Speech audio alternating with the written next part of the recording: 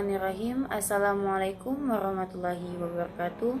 Saya Supiati, NIM 20622 dari Akuntansi Malam 1. Yang saya hormati dosen pengampu mata kuliah Pendidikan Agama Islam, yaitu Bapak Haji Hanafi Yunus LJ. Saya di sini akan mempresentasikan materi tentang akidah Islamiyah. Baik, saya akan jelaskan tentang akidah Islamiyah. Apa itu makna akidah? Dalam bahasa Arab berasal dari kata kerja aqada ya akidu uqdatan. Berarti arabatu artinya ikatan. Al-jazmu yaitu keyakinan yang mantap. Al-ahdu yaitu janji. Istilahnya gini, istilah sesuatu yang dibenarkan oleh jiwa, hatinya rasa tenang, karenanya menjadi suatu keyakinan bagi pemiliknya dan tidak dicampuri dengan keraguan sedikitpun. Dalam akidah Islam itu memiliki sumber-sumber. Dia ada 3, yaitu Al-Quran, As-Sunnah An-Nabawiyah, dan yang ketiga Al-Ijma. Dalam akidah Islam juga memiliki yaitu pilar-pilar. Pilar-pilar akidah Islamiyah itu 1, keyakinan kepada Allah Subhanahu wa Ta'ala sebagai pencipta, pemilik, pemberi petunjuk, pemberi rezeki, penguasa, pengatur, dan pembimbing, seperti yang dijelaskan dalam Al-Quran surah keempat ayat 136, yaitu wahai orang-orang yang beriman, tetaplah beriman kepada Allah dan Rasul-Nya dan kepada kitab yang Allah turunkan kepada Rasul-Nya serta kitab yang Allah turunkan sebelumnya. Barang siapa yang kafir kepada Allah, malaikat-malaikatnya, kitab-kitabnya, rasul-rasulnya, dan hari kemudian, maka sesungguhnya orang itu telah sesat sejauh-jauhnya. Yang kedua yaitu keyakinan atau iman kepada malaikat Allah sebagai makhluk yang diciptakan Allah dari cahaya untuk beribadah kepadanya, seperti yang dijelaskan dalam Quran surah 2 ayat 97 sampai dengan 98. Yang ketiga yaitu iman kepada semua kitab yang diturunkan Allah kepada para nabi dan rasul yang menerimanya, seperti yang dijelaskan dalam Quran surah keempat ayat 136.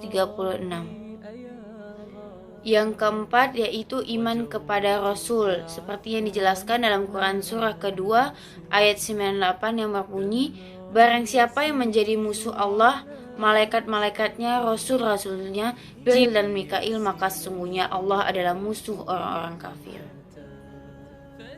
Dan yang kelima yaitu iman kepada hari akhir, yang seperti yang dijelaskan dalam Quran surah keempat ayat 135.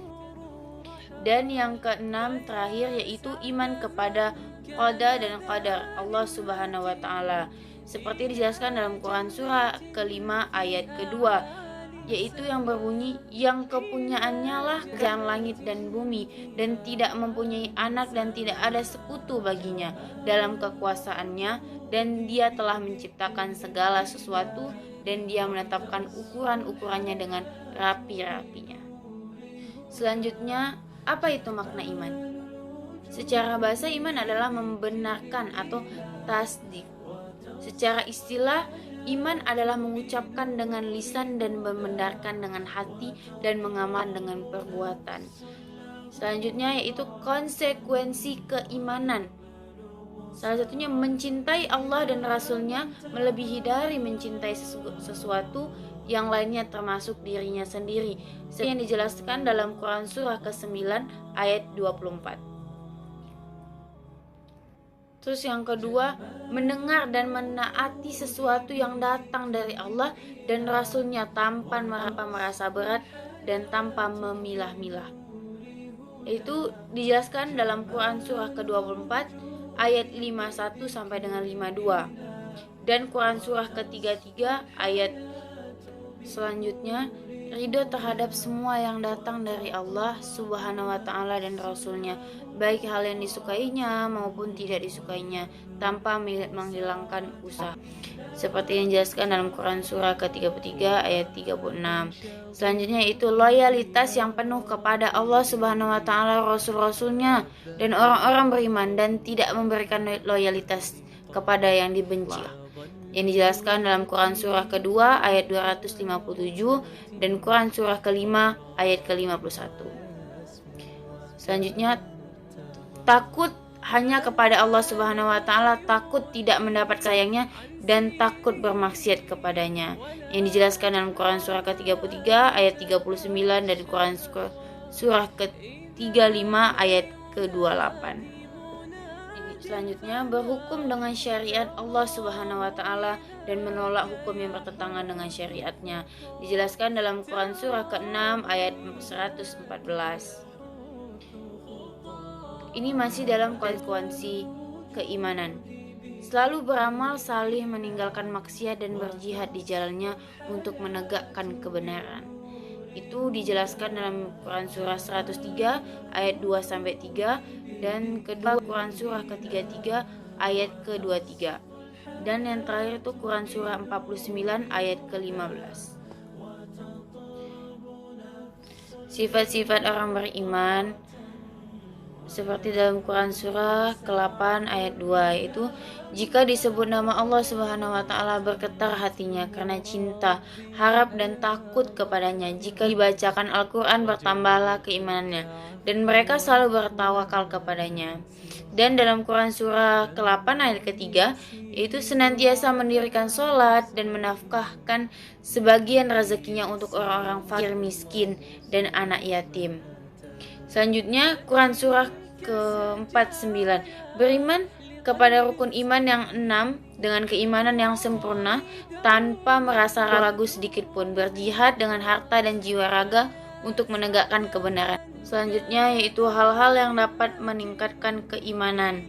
Yang pertama yaitu ilmu, yaitu meningkatkan ilmu tentang mengenal Allah. Semakin tinggi ilmu pengetahuan seseorang terhadap Allah dan kuasaannya, maka semakin bertambah tinggi iman, pengagungan, serta takut kepadanya. Itu dijelaskan juga dalam Quran surah ke-35 ayat ke-28. Kedua, merenungkan ciptaan Allah Subhanahu wa Ta'ala, keindahannya, keanekaragamannya, dan kesempurnaannya, yang dijelaskan dalam Quran surah ketiga dari ayat 191 sampai dengan 192. Yang ketiga, senantiasa meningkatkan ketakwaan, meninggalkan maksiat kepadanya. Dijelaskan juga ini dalam Al-Quran surah ke-83 ayat ke-14. Buah keimanan. 1. Membebaskan jiwa dari perbudakan manusia dan semua makhluk menuju kemerdekaan yang hakiki, yaitu penghambatan kepada Allah SWT. Kisah Ibn Amir. Yang kedua, membangkitkan keberanian untuk membela kebenaran, tidak takut mati, serta cinta syahid. Karena yang memberi umur, rezeki, manfaat, dan bahaya hanyalah Allah Subhanahu wa Ta'ala. Quran surah keempat ayat ke-78, yaitu di mana saja kamu berada, kematian dan mendapatkan kamu, kendati pun kamu di dalam benteng yang tinggi lagi kokoh. Dan ada juga yang dijelaskan dalam Quran surah ketiga ayat 145. Yang ketiga yaitu merasa tenang karena jelas tujuan hidupnya. Ia akan mendapatkan kebaikan di dunia sebelum di akhirat berupa perlindungan.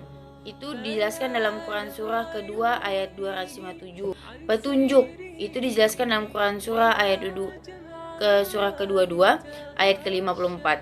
Dan selanjutnya pertolongan itu dijelaskan dalam Quran surah ke-40 ayat 51. Penjagaan Quran ke-10 ayat ke-98.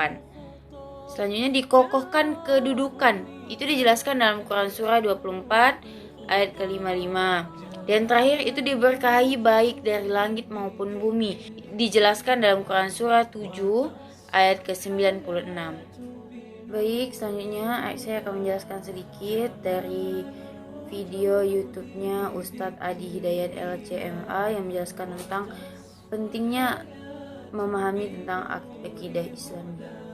Jadi, akidah dalam bahasa Arab berasal dari kata al-aqdu atau i'tiqad yang berarti ikatan, kokoh, kuat, dan erat. Adapun secara istilah umum, kata akidah bermakna keyakinan yang kokoh akan tanpa ada keraguan. Allah telah menurunkan Al-Quran dan mengutus para rasul untuk menjelaskan semua hal yang wajib diyakini dan dipahami manusia dalam berakidah Islam. Tidak lain adalah supaya manusia mengetahui siapa yang disembah dalam ibadahnya. Semua supaya muncul kenikmatan-kenikmatan ketika beribadah serta timbul kekhusyukan dalam proses ibadahnya.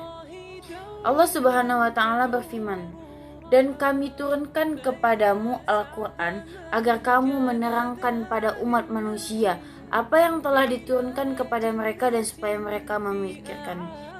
Quran Surah An-Nahl ayat ke-44.